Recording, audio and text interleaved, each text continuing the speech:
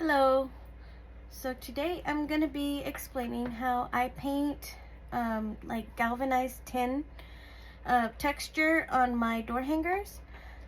Um, First of all, I'm going to be starting off with a kind of a dark gray. This is called pewter gray.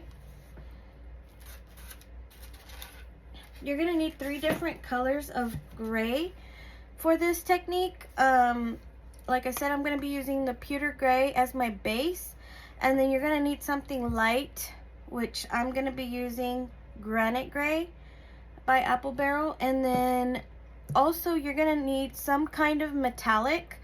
I like to use silver metallic. There's other metallics that are a little bit darker. I believe it's called like I'm not sure what it's called, but I think it's like titanium or some other kind of metal. It's a little bit darker than this though. I could be wrong on the name, but the one I'm using is this folk art silver. It's just called silver, and that's gonna be the very top layer of mine. So like I said, today I'm going to be using this as my base, this pewter. And I'm going to go ahead and just set my base coat. You're also going to need a plastic bag and or probably a sponge, like a sea sponge. I'm going to be using a plastic bag though. Just use what you have. I like to use these plastic bags that, you know, are easy to crumble. This one's from, I guess, like a Dollar Tree bag, but it's an easy to crumble little bag. You can probably use a clear bag too. I feel like those might be a little bit thicker, so you just want to, the grocery bags work really good for this, so that's what I'm going to be using.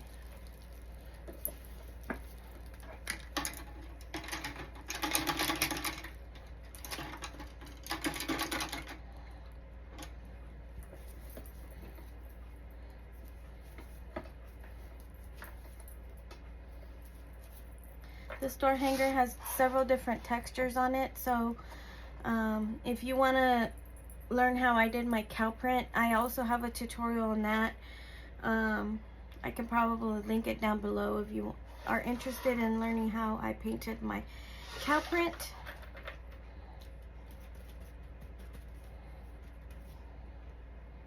Okay, let's start by setting our first base coat down.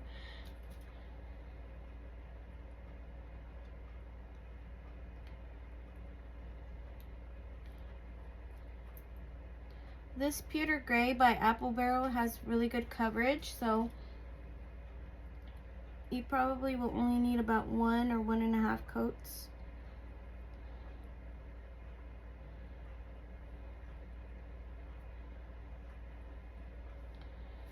And you do want this to dry pretty well in between the coats, so I will be drying mine.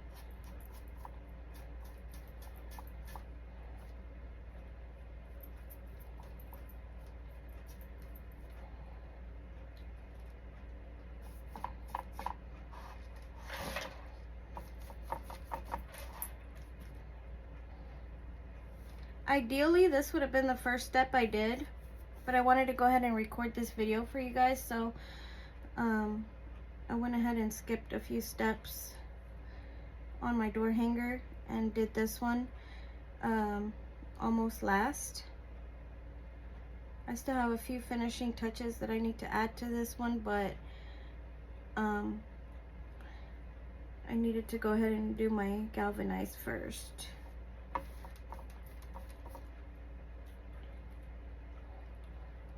I love to add texture to my door hangers, you know, or different techniques to my door hangers that look like different textures. So I've been experimenting with a lot of different things, and this has worked well for me in the past, so I'm gonna go ahead and stick with it. And I hadn't done a tutorial on it, so I figured I was going to go ahead and show you guys how I do it. There are a lot of ways to do things. This is just my way that's worked really well for me. I have done it in the past using a like a different base color, and I like it better with my darker gray. This is a pretty dark color gray. It's not black, but it's also not a light gray, so it's a good in-between color. You just want it to be darker than that other gray that you're gonna use, and you want it to also be darker than your silver that you're gonna use on top.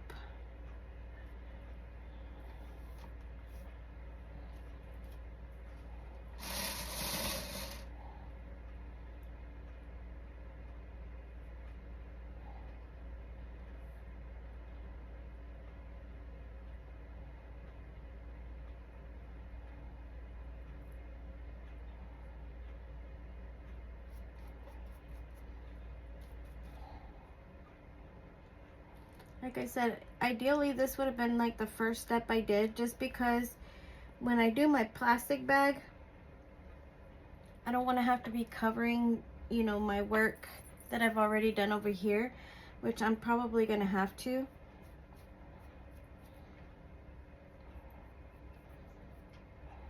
But it's okay.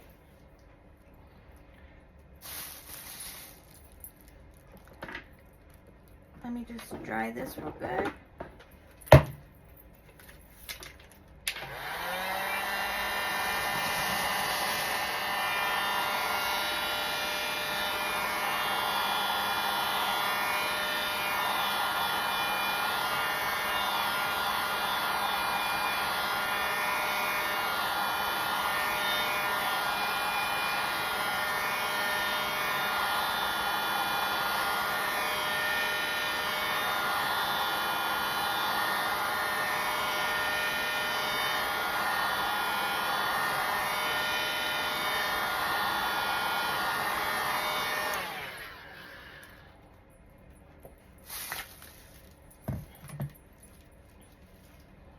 And this door hanger, believe it or not, it is a baby door hanger. It's going to have some French at the very bottom. It's going to be very cute. I'll insert a picture once I'm done with it, so you can get the idea. Okay, so now that my gray is dry, I feel like it's a pretty good coat. I don't think I need another coat of it. Now what I'm gonna do is, like I said, I'm gonna use this granite gray, a little bit lighter.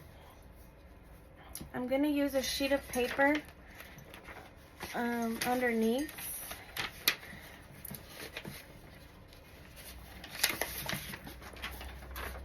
Just as a cover, so that I don't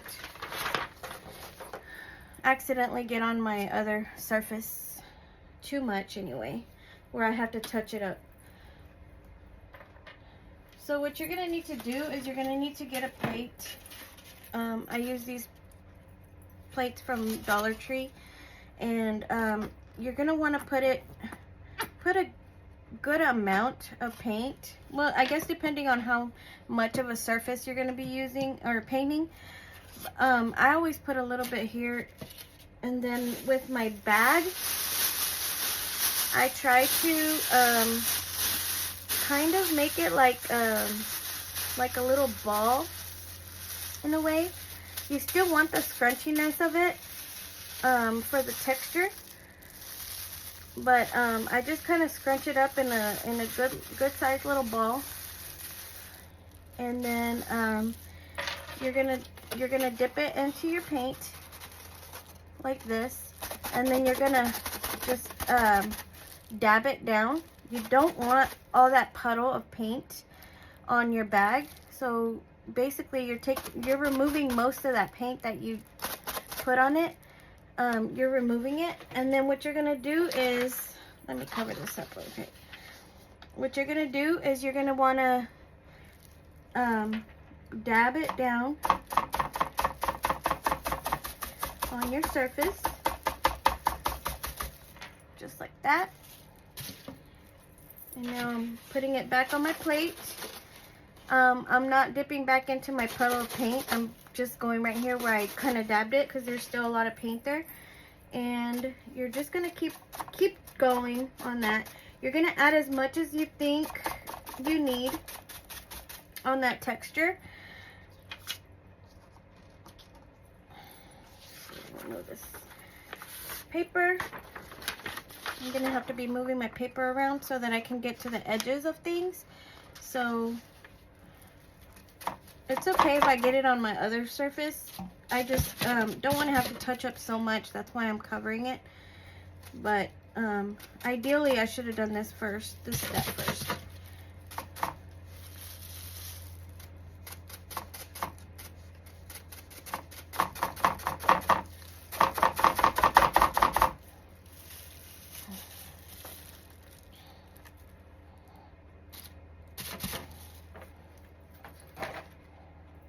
You can kind of see where I can shape my bag just a little bit better on some areas.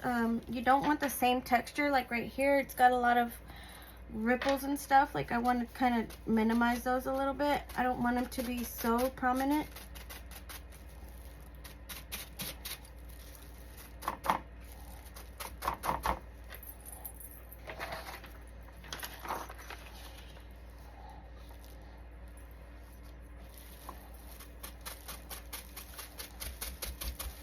And I also turn my bag back and forth, different shapes, different directions as well while I'm doing this, so that I don't get the same pattern.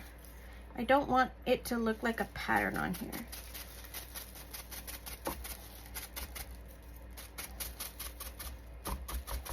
But I do want to get it everywhere.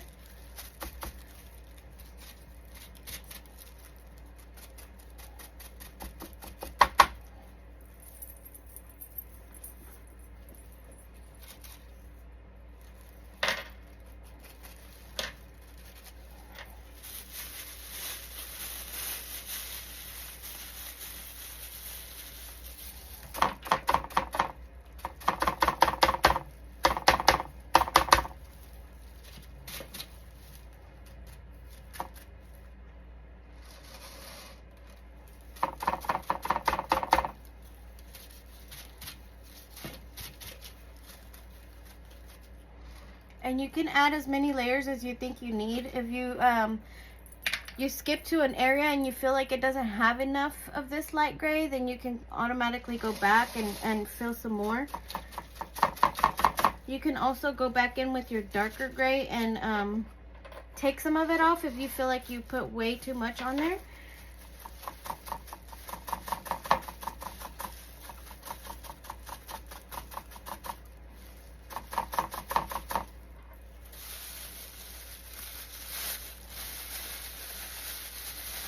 I keep rearranging my bag a little bit.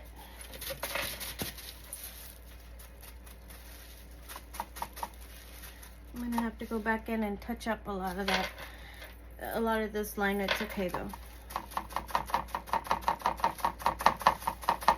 That is not a problem. This is actually just a base coat. This is gonna be in gold, so I needed a good base coat for it, so it's not a problem if I go over. You can also take a baby wipe if you want to and kind of wipe it off if it bothers you that much.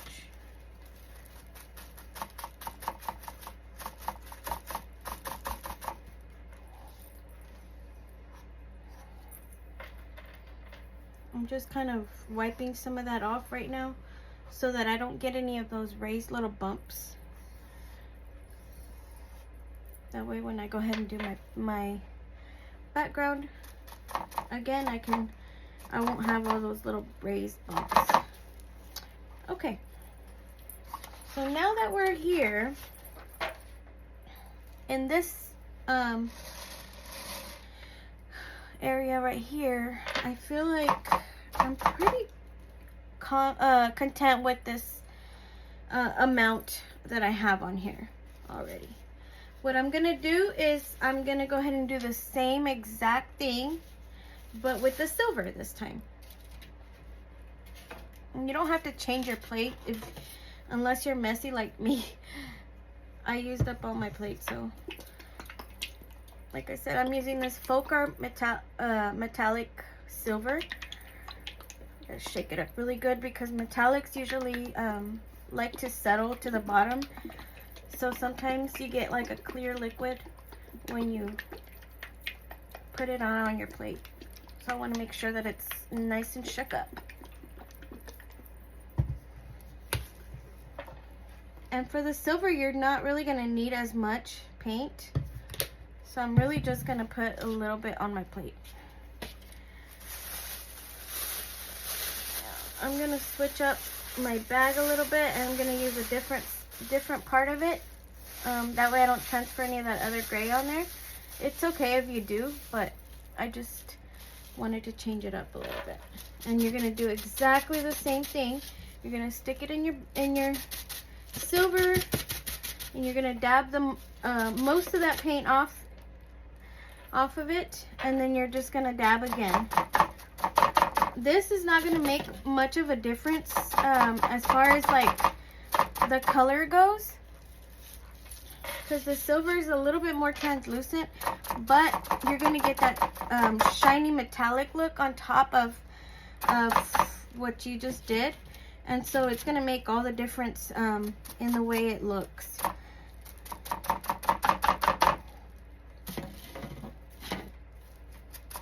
I'll show you guys an up close in just a little bit.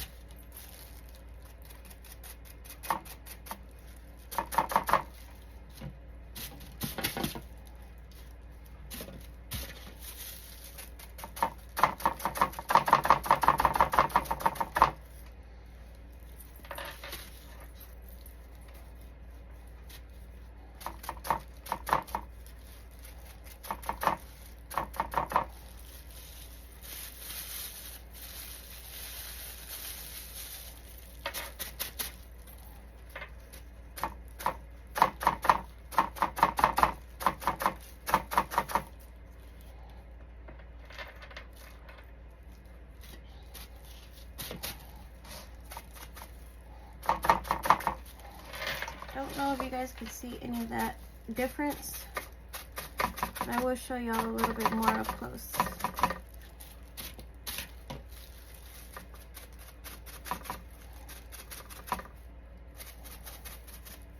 This is what's really going to make your tin look come to life.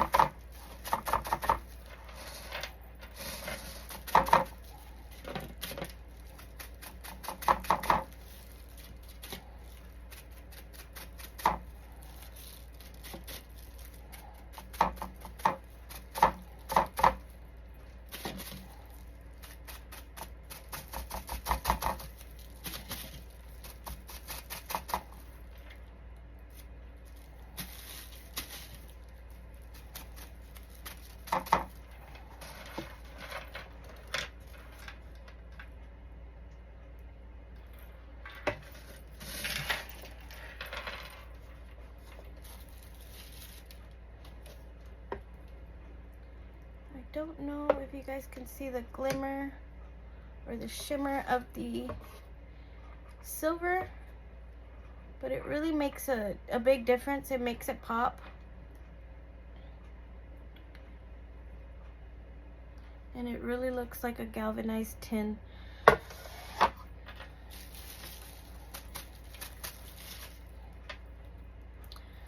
Okay guys, I will post a picture once this is a finished door hanger. I just wanted you guys to see exactly how I do my galvanized tin.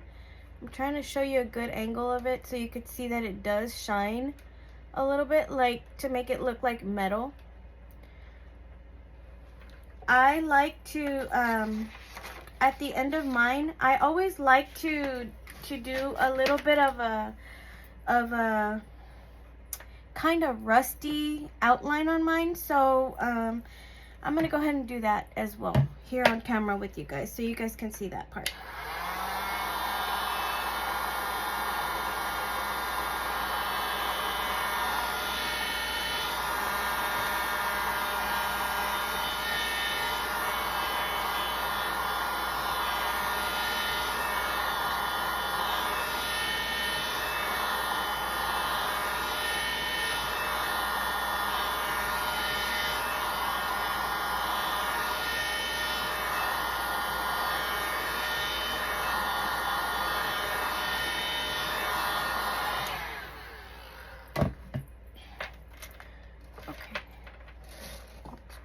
Now that it's dry, we can go ahead and use,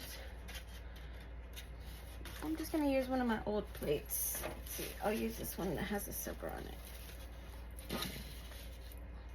And I'm going to be using some nutmeg.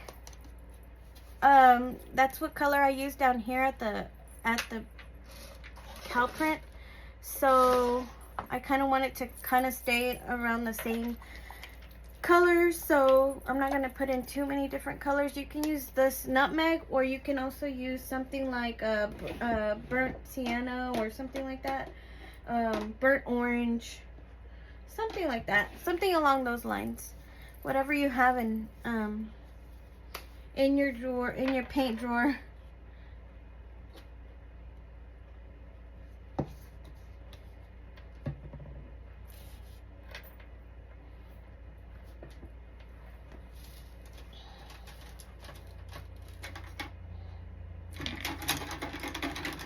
Clean my brush real quick.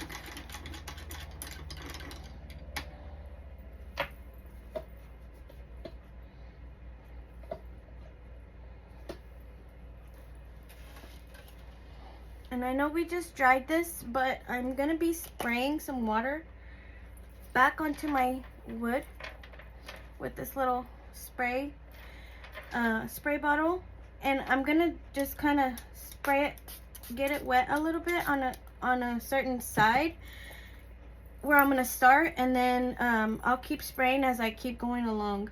This is just because what I'm gonna do is I'm just gonna dip in my corner of my brush. I don't want to use my whole brush. I just want to dip in the brush, and I'm just kind of taking off most of that paint.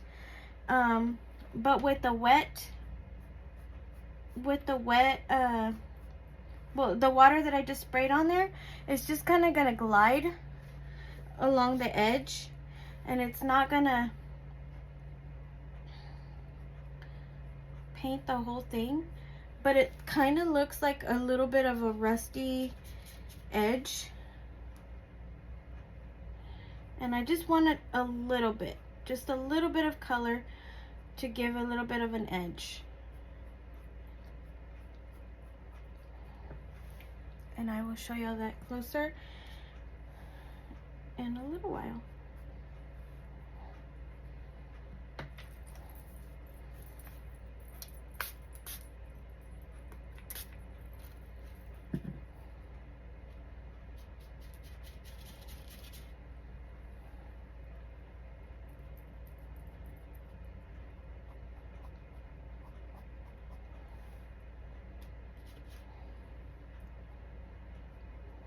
That's just really helping me just to get a little bit of that translucent color on there.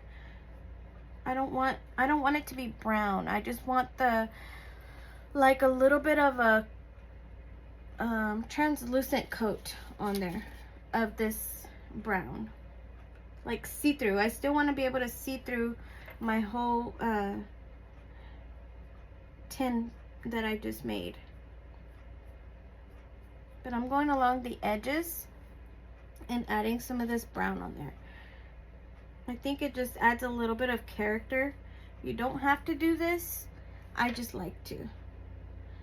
Especially on a door hanger like this that's kind of rustic. You kind of want that old feeling of something, so.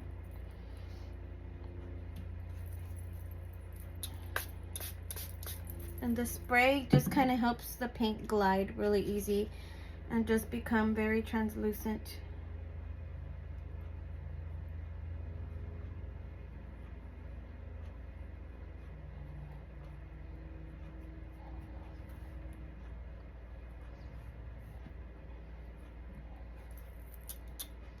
If you feel like you got too much, just kind of put a little bit more water and kind of work at it. Take some of that off with your own paintbrush.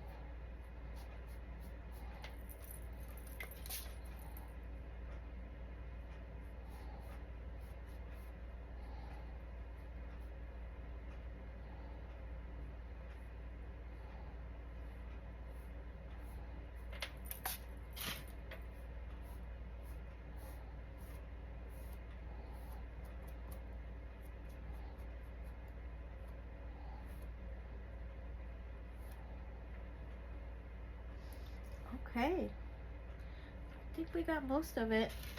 I'm pretty happy with the way that looks. You need to go back and add some to some areas. Just use your judgment wherever you want to add some more. I'm just sticking to around the edges pretty much. But you can literally add this brown anywhere you want, just to bring out some of those areas.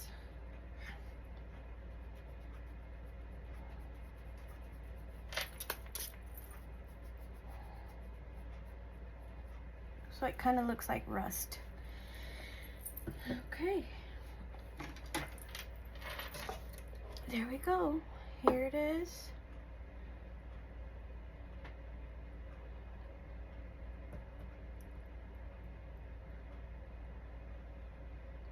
And there it is. There's our tutorial. Thank you guys so much for watching. I hope you enjoyed this, and please subscribe. Thank you.